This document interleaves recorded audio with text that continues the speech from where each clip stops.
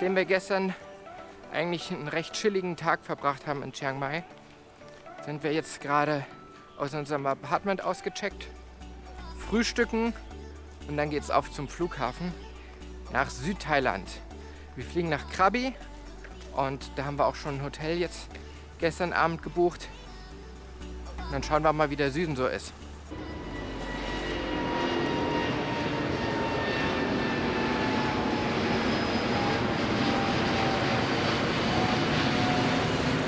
Wir haben die Rucksäcke jetzt angelassen, weil es scheiße aufwendig ist, die immer wieder aufzuschnallen. Also Chiang Mai werden wir wieder besuchen. Es ist eine große und dennoch chilligere Stadt als Bangkok, obwohl sie die zweitgrößte ist. Und das Essen ist ja auch sehr lecker gewesen. Es war alles lecker. War lecker, ja. Wir müssen uns nur noch an das Klima gewöhnen. Ich viel mehr, weil man sieht schon wieder, bei mir läuft es wieder überall. Von einmal kurz Rucksack tragen ist ja nix. Ding ist ja total leicht.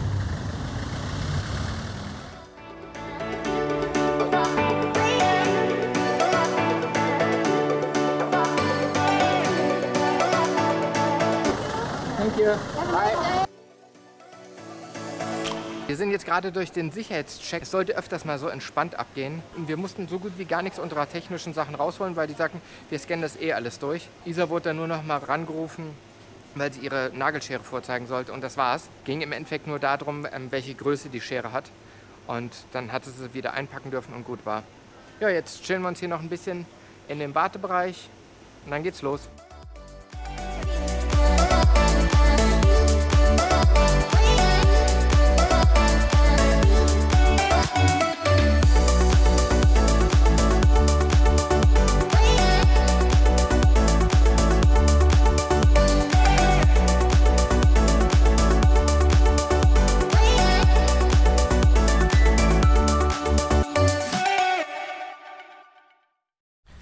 So, gestern Abend sind wir hier in dem Apartment-Hotel angekommen, bei Krabi.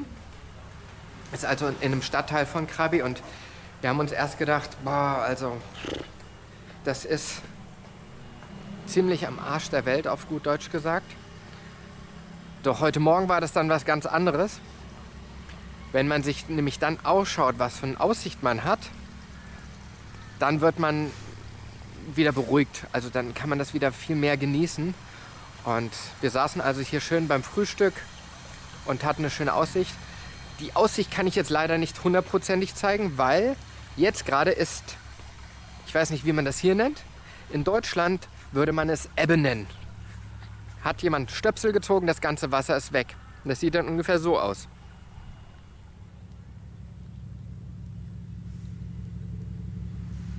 Aber was eben ziemlich geil ist, sind hier die ganzen Berge und hier die einzelnen Inselsprünge. Hier die Boote, die kann man sich eben dann einzeln mieten, um zu den verschiedenen Standorten zu kommen. Was wir eben gestern erstmal lernen mussten. Hi, hier ist Zukunfts-Gerrit. Ich habe an der Stelle meine Aufnahme mal kurz unterbrochen, um dir diesen langweiligen Monolog von mir aus Krabi einfach zu ersparen. Die Wahrheit ist, es war ein sehr schönes, kleines, sauberes Hotel mit super schnellem Internet.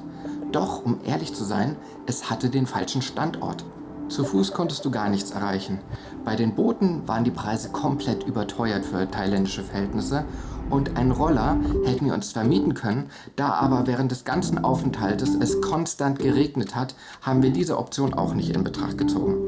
Mit anderen Worten haben wir die Zeit in diesem schönen Hotel damit verbracht, in dem Wintergarten zu sitzen, schön Kaffee zu trinken und das schnelle Internet zu nutzen, um unsere Daten zu sichern. Da dies genauso unspektakulär war, wie es sich anhört, springen wir an der Stelle jetzt also direkt zu unserer Abreise. Und bei den Bildern wirst du sehen, was ich mit Regen meinte.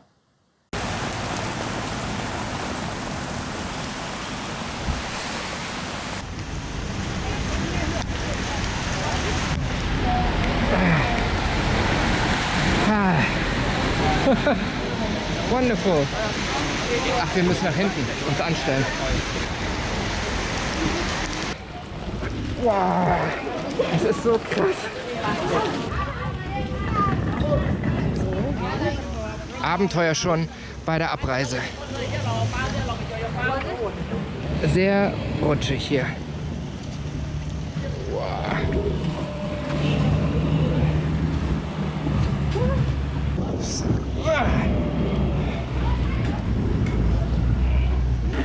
klettert hier über 2 Boote, bis man beim richtigen angekommen ist. Das wird eng.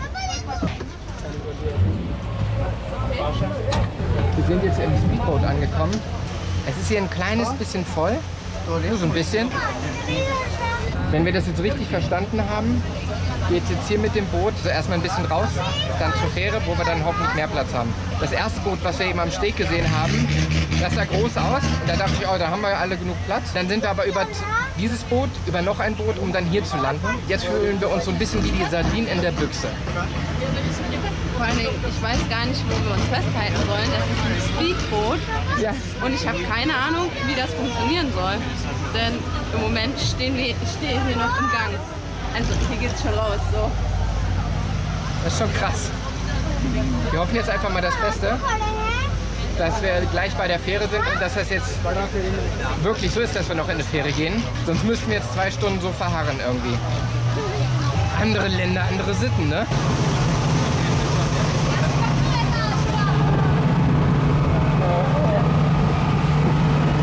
Meine Hose wird nass.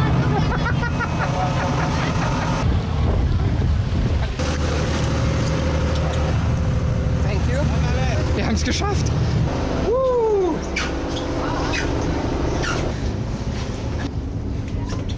So, nachdem wir jetzt einen Platz gefunden haben, legen noch andere an, die mit dem Boot hergebracht werden. Jetzt können wir mal ein bisschen entspannen nach diesem Abenteuerumstieg. Mal schauen, ob es jetzt die ganze Zeit regnet oder ob man zwischendurch auch mal hoch kann, um mal ein bisschen was von der Natur zu zeigen. You don't know what you're doing, and the walls are closing in.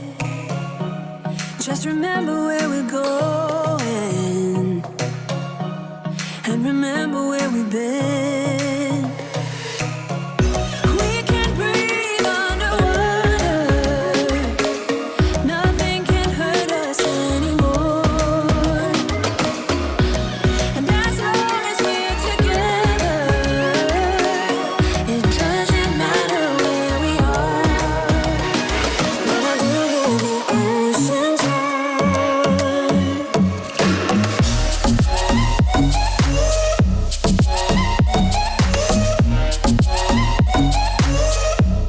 Wir sind jetzt in unserem Transferbus. Diese Dinger sind verdammt wichtig. Das ist die Freikarte für den Transfer. In dem Moment sind sie jetzt sehr gut organisiert. Du wurdest extra weitergeleitet zu den ganzen Bussen hier und wir wurden auch gefragt, zu welchem Hotel es jetzt geht. Da werden wir jetzt alle Stück für Stück abgeladen.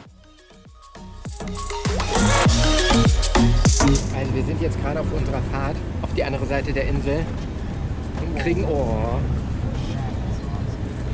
uns geht so ein bisschen die Sause. Die Fahrer hier, die fahren echt eng auf. Wenn du 3 Spuren hast, dann fahren die auch die 3 Spuren in der Kurve. Boah, geht das hier steil hoch.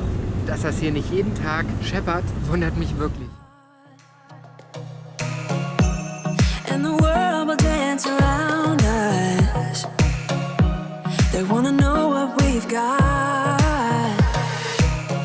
We can breathe underwater. Also was dieses Serpentin angeht, kann jeder Schweizer einpacken. Teilweise ist es so steil, das kennt man aus Deutschland eigentlich nur aus dem Parkhaus.